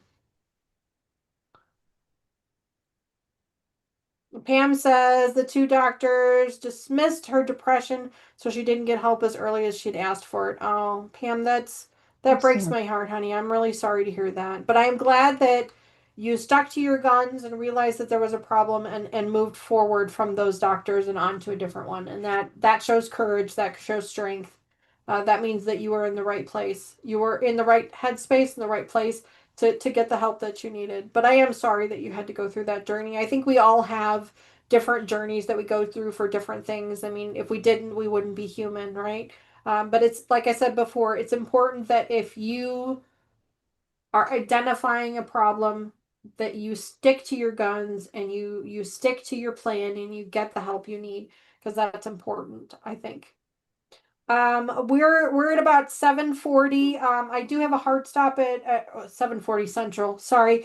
I do have a hard stop at 8 p.m. because it's supper time in 20 minutes, and that's why this one is just winding up a storm. So Myra, there's one exercise that you've been working with us on. And I know we still got about 20 minutes left, but I was hoping that you might be able to help us with that once again. I really think that it's important that just like everything else in life, doctors, they practice medicine. Athletes practice the sport that they work at. Quilters, we practice our sewing and our stitching and things like that. And I think as people who are working to better their own mental health, they also need to practice good exercises. And so, Myra, if you are would be so kind as to help us practice one of those exercises, that would be, I think, really helpful. Okay, do you have one in mind, or do you want me to just pull out of my bag of tricks, or I think you should just pull out of your bag of tricks because you do really good at that. Although, the two that come to mind the most are, of course, the breathing exercises and the visualizing.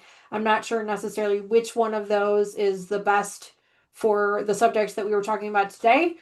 So I will rely on your expertise to decide which one or some other one that you might have that's not one of those two that might help us as well because it's we've talked about our toolboxes before, and I've done the breathing exercises, I've done the visualizing. If you have another tool that we might be able to work on, that would be helpful also. well, I would love to do the hand breathing because it's one of my Yes. favorites. It's one that I use a lot in different situations. Patience is a virtue. Don't ever pray for patience because if that is your faith base, God will give you opportunities to practice it.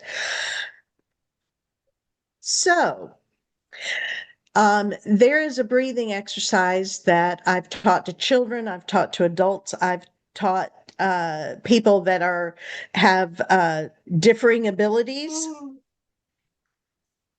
If you don't have a hand, you can use a foot. You can draw a hand on a sheet of paper, or you can just visualize a hand.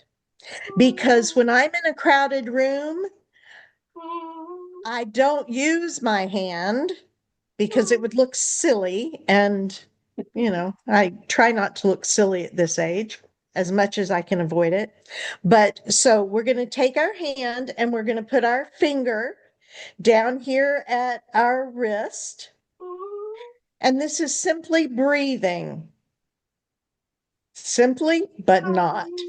We're going to breathe in when we take our finger up to the tip of our little finger, and we're going to breathe out when we bring it back down to our origin here, okay? Okay. So we're going to breathe in and out, in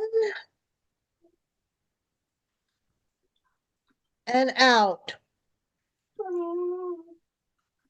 in and out, in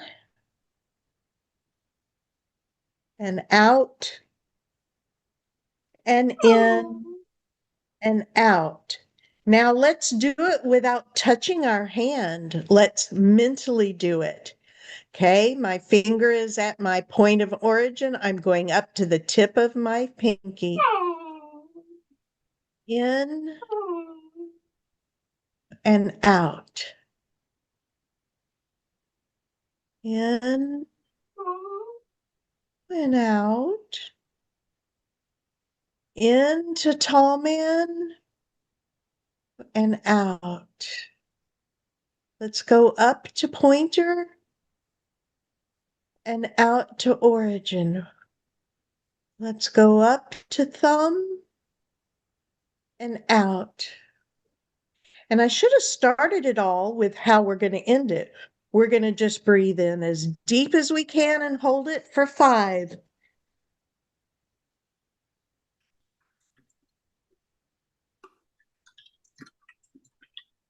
And blow out as deep as we can. Hold it for I think we 5. finally got the dog to be quiet. Oh, boy, that was good for me. I hope it was good for you. Yes, it was. I didn't even realize I needed that, but I did. Thank you. Rita says, that is an exercise that hurts when I do it due to the limited range of motion, so I have to think and do it, but cannot physically use my hands. And Rita, that's okay. The whole point of the exercise is not necessarily to, Moving. restrict your motions. It is to focus on the amount of time you are using to take those breaths and make sure that you're doing them in a nice, even pace and you're taking nice, long ones. So visualizing that is probably the best way to go with that. If you can't move your hand up, you can always keep your hand maybe on the table and just like she said, visualize it. Maybe if you can reach your hand on the table, you can do it on the table too, on the front of your hand instead of on the back. Remember, try not to make excuses. Try to attitude of gratitude. Try and reverse those thoughts. And refocus on doing things in a more positive way rather than allowing it to be a restriction. Allow it to be an opportunity instead, to do something a little bit If you have different. visual impairments, okay, let's say there's somebody, I don't think they're in this room, that's never seen their hand. Hey, Danny, when did you say you had to stop? Katie, sweetheart, I got 15 minutes. Okay. So, Let me know when you're so, ready. I'll shut it down. Okay, I will, sweetie, I will.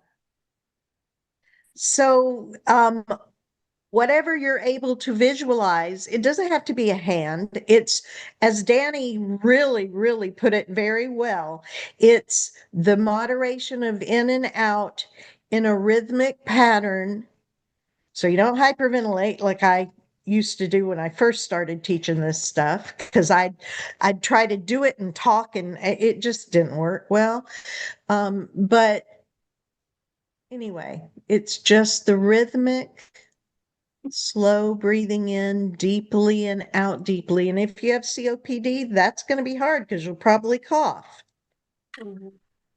So, just whatever adaptation you need for you, you're the expert on you. No therapist, as good as I think I am for some people, no therapist has the answers for you because you know you. You are the expert on you. Your therapist should just bring it out of you, draw it out of you, help you think in adaptive ways to make your life better and healthier. That's it. That's it. Yep, exactly. Sorry, just checking chat really quickly. A couple people said that they really appreciated that. That really helped them. I'm glad that it did. I hope that it's just another tool that you can add to your toolbox. We talk about toolboxes all the time here on this series, and these are just different things that you can try to apply when you feel yourself becoming in a situation, whether that be overwhelmed, whether that be very sad, whatever the situation, whenever your emotions become too much for you to feel like you're not in control of them. This is a great way for you to kind of ground yourself. As I mentioned earlier today, Myra has been teaching me personally from my own journey. She's been teaching me some amazing tools and tricks in my own toolbox. I knew some of these things, but I didn't necessarily have the right tool or the right um, plan to be able to execute them well. And so she has really taught me a great way to execute them. Specifically, the breathing exercises, not necessarily this hand one, but just the deep breathing and counting to five and really grounding yourself and understanding your surroundings. And she says one of the things that she has mentioned before is focus on things, breathing and okay, the floor is here, the table is here, just kind of get yourself out of those swirling thoughts and those emotions and focus on something else and redirect your thoughts to something more tangible and more substantial, things like that. The other one that I have been trying to use is my happy place, visualizing, closing your eyes, visualizing that you're somewhere else for a moment, somewhere that makes you happy, somewhere that gives you joy, somewhere that brings you peace. Yes, I know that all of these things are temporary, all of these things are short lived, but they will at least allow you enough time to slow your heart rate down, to slow your blood pressure down a little bit, so that now maybe even your brain and the thoughts in your brain have slowed down ever so slightly. So now maybe you can have a little bit more of a healthier approach to things. Now, as some people have said, and again, I am so grateful that you have shared and been honest in your chats today and shared your courage and your journeys with us today. I'm so grateful to those of you who are seeking help, who are doing different things to give yourself a healthier you. I commend you on those things. I think it's wonderful. And I encourage everybody else to do the same.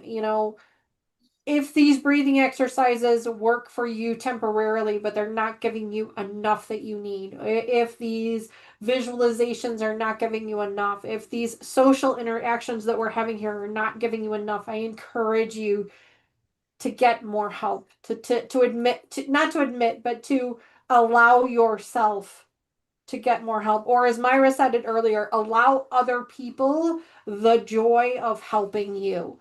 That is another way to spin it. That is another way, another perception to look at it, especially us, those of us who prefer to give rather than receive. That is a great way for us to be able to give to somebody else. We're giving them the ability to help us in return. And so that is important. So, we've got a few minutes left here. A couple more people in chat. I'm just trying to go through here. I have terrible reactions to being on steroids.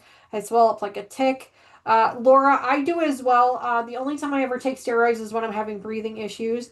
But I can understand where that could be a hindrance for you, obviously. Laura says, Katie, you have my email and I think my cell. If you ever need to chat, I'm here for you. Sending love. I'm sorry, the dog is being incessant today. Uh, Denise says, I enjoyed the dog. The first two times I thought it was Danny yawning. It was the pup. I We're, I, swear it wasn't me. It's a silly little puppy.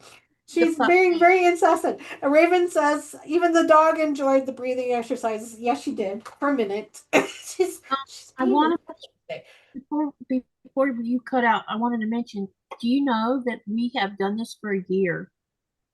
Is this our 1 year, Katie? Is this our It 12? is. It is our 1 year of being having this live special. Wow, that is an accomplishment. I mean, you guys can. She's a little quiet. She's a little on the quiet end, but you can hear Katie Agorst is not feeling very well, so she's a little quiet. But she's letting us know that this is our 12th episode or 13th episode, I guess maybe. Well, 12. And Yeah. so we've been officially doing this for a full year. And I just that is amazing because I feel, and again just talking for myself, but I feel like it has helped me tremendously. It has given me the courage to do some things that I wouldn't have done otherwise. It has given me some tools in my toolbox, as I just mentioned to you guys. I hope that it is doing the same for you. I see new names and new faces in chat every time we have another live stream, I'm amazed by that, and I'm so grateful for that. And I know this particular series is not for everybody, and I know that, and it's not about quilting. It's on a quilting channel, but it's not about quilting. Although, you know me, I can't just sit here idle and do nothing. But I'm so grateful, and I know Katie is. I'm going to speak on behalf of Katie because she's having struggles. But I'm so grateful to each and every person that watches. You don't have to watch every month. You can watch just one. If it helped you, if it did something for you, if it encouraged you to get help or help yourself or gave you a new perspective on things, or maybe it helped you understand what someone else you know is going through too. Maybe that's all it was. Maybe you're doing fantastic and you have a perfect life and we all envy you. But somebody else that you know is struggling, and this has helped you see things from their perspective. I hope that this has helped with that as well, because that is also the goal also. Um, Katie, honey, is there anything that you would like to tell anybody? I know that you're not actually on the camera, but is there anything that you would like to tell anybody since you have a couple minutes here? I just want to, the main thing I wanted to say until I went and got sick here, but the main thing I wanted to say is I appreciate all of y'all because you have made this happen. Um, I didn't, and Daniel agreed, we didn't know where this was going to go because it's such a taboo subject. And y'all have stepped up to the plate and relaxed with us and went with us. And it's, a lot of people assume we were going to talk about a bunch of bad things, and we haven't done that. And even if we did talk about something bad, that's part of mental health anyway, talking about it. But you Mhm. guys, you Danny, you Sissy, I didn't know it was going to do so well, and it has. And I appreciate both of you, and I appreciate every one of you who comes and watches this live once a month because it means everything to me. Because we all suffer from something, and if we can't talk Mhm. about it, then how do we help ourselves? So remember that, and if you need to talk, contact one of us. Send an email to myliving.greenland2011.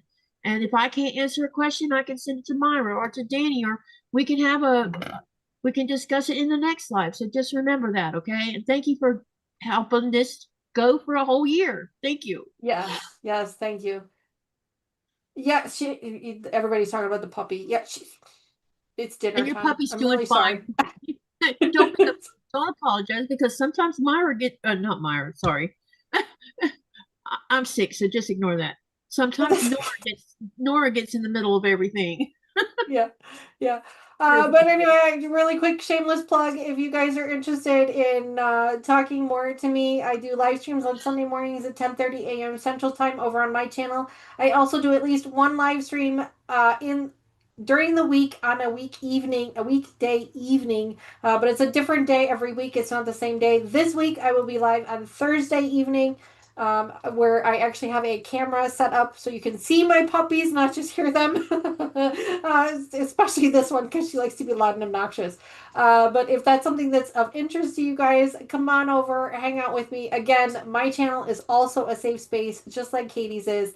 Yep, There is no judgment over on my channel. We do a lot of fun things over there. Please that's feel free exactly to come right. by. Everyone is welcome. We do not judge anything. I have people that follow my channel that don't even quilt, and that's totally fine.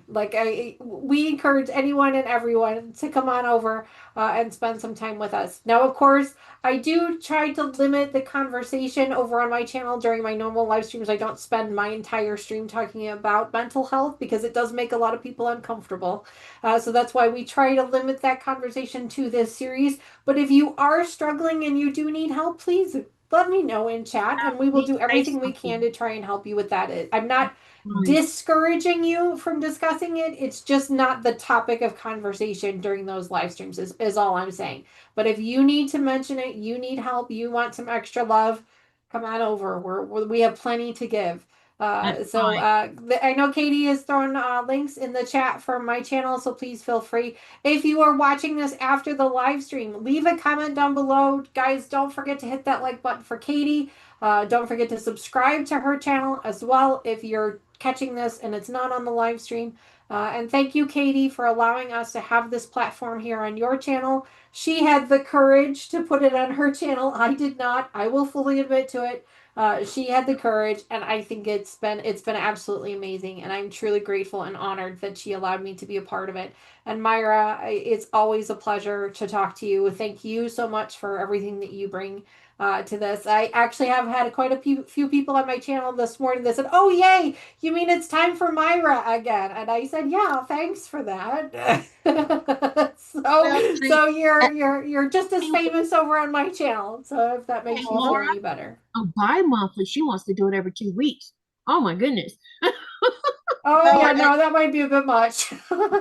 you know, I don't have a channel. I don't want a channel. I'm so happy and honored to be a part of this one. And when Katie allows me on the quilting lives, I'm really a wannabe quilter. It's so sad, but I do Oh, try. And, doing um, fine.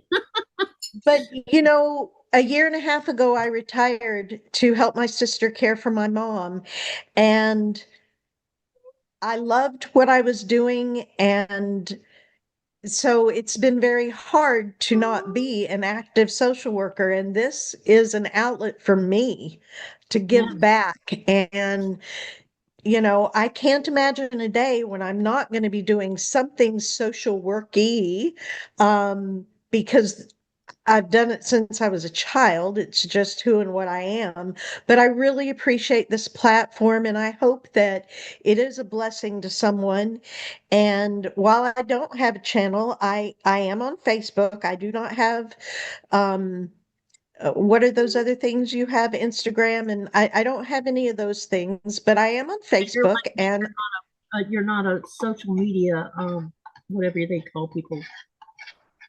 I don't know, but I'm just me, and I'm here for you, and I do care, and I believe that each of you have value and worth, and no matter what, you have value and worth, and I want you to know that you matter, and your Right. mental health matters too. Okay, we're gonna have to stop the live now because Danny has a schedule to be on. Yes, I do. I have to feed all the dogs something more than Chex Mix. So, Myra, They are all in here now. Myra, is there anything else you want to say before I shut it down? No, just be well, and if you need anything, get in touch with Katie or Danny or myself. We're here for each other. Okay, and Danny? Yes. Oh, did I have anything else to say? No, I did not. I'm sorry. No, no. Again, just thank you to everybody for the amazing chats, conversations in chat. I'm always just so humbled by the honesty of people there. And again, I encourage you to be honest with your medical professionals. If you need someone to reach out to, we're happy to listen. We are not experts. We can't offer you advice, but we are good. We are really good at listening. Okay, everyone. Thank you for coming tonight. And I'm sorry I wasn't here tonight. But it's okay. I appreciate Danny and Myra We taking this. held down we did our I, best. I didn't want to cancel it because this is so important to everybody. And if I found a way around my issue, so we did it. So We remember to did live, it. laugh, love, and dream. What do you do with all that? You either do something, make something beautiful, or you go and do something beautiful for someone else by putting a smile on their face because you never know, that smile might just change their life. So have a great night, everyone, and thank you for Yeah. coming. I'll see you on the next live. Bye, guys. Bye. Love you guys. Okay.